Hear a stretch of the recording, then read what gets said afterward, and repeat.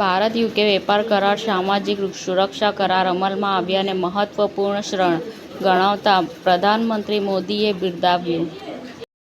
રાષ્ટ્રપતિ શ્રીમતી દ્રૌપદી મુર્મુએ નવી દિલ્હીમાં સૌષ્ઠૃતમ 2026નું ઉદ્ઘાટન કર્યું. અમેરિકા-ઈરાન યુદ્ધ શરૂ થયા પછી ગલ્ફમાં 13 ભારતીયોના મોત, 3 ગુમ. વિદેશ મંત્રાલયે જહાજો પરના હુમલા તાત્કાલિક રોકવા હાકલ કરી. દરિયાપુરના નાયબ મુખ્યમંત્રી હર્ષભાઈ સંઘવીનું દરિયાપુર શાંતિ સમિતિના મેમ્બરો અને સામાજિક કાર્યકર્તા દ્વારા ફૂલહાર કરી અને શાલ પહેરાવીને સ્વાગત કરવામાં આવ્યું હતું. રથયાત્રા પર 31,000થી વધુ સુરક્ષાકર્મીઓનો લોખંડી બંદોબસ્ત, એઆઈ કેમેરા અને ડ્રોન્સ રાખશે બાજ નજર. ધુરંધર પછી પહેલીવાર અક્ષય ખન્ના વિગ વગર દેખાયા, બોની કપૂરે અદ્રશ્ય ફોટો શેર કર્યો.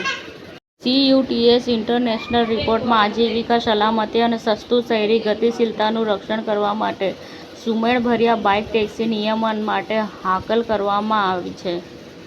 મુખ્યમંત્રી શ્રી ભૂપેન્દ્ર પટેલની જનસેવક તરીકેની આગવી કર્તવ્યનિષ્ઠા, પોતાના જન્મદિવસે સરકારી કામકાજમાં જ વ્યસ્ત રહ્યા. સ્વદેશી જાગરણ મંચ દ્વારા અરવલ્લી દ્વારા મોડાસા મેડિકલ સોસાયટી કેમ્પસમાં કર્યું વૃક્ષારોપણ. મોડાસાના ડોક્ટરોનો પર્યાવરણ માટે સંદેશ, એક વૃક્ષ વાવો, જીવન બચાવો. ડોક્ટર મોહમ્મદ સોહેલ કાદરીને PhD, શિક્ષણ, આરોગ્ય અને સમાજ સેવામાં વધુ એક સિદ્ધિ. સમાચાર ટુડે ન્યૂઝ ચેનલની ટીમ અને જે સત્ય છે તે જ બતાવશે. આપ જોતા રહો સમાચાર ટુડે ન્યૂઝ ચેનલ. ગુજરાતની ધરતીનું ગુજરાતીઓ માટે જ, એટલે કે સમાચાર ટુડે ન્યૂઝ. અમારી સમાચાર ટુડે ન્યૂઝ ચેનલને લાઇક કરો, શેર કરો અને સબસ્ક્રાઇબ કરો અને જોડાયા રહો સમાચાર ટુડે ન્યૂઝ ચેનલ સાથે.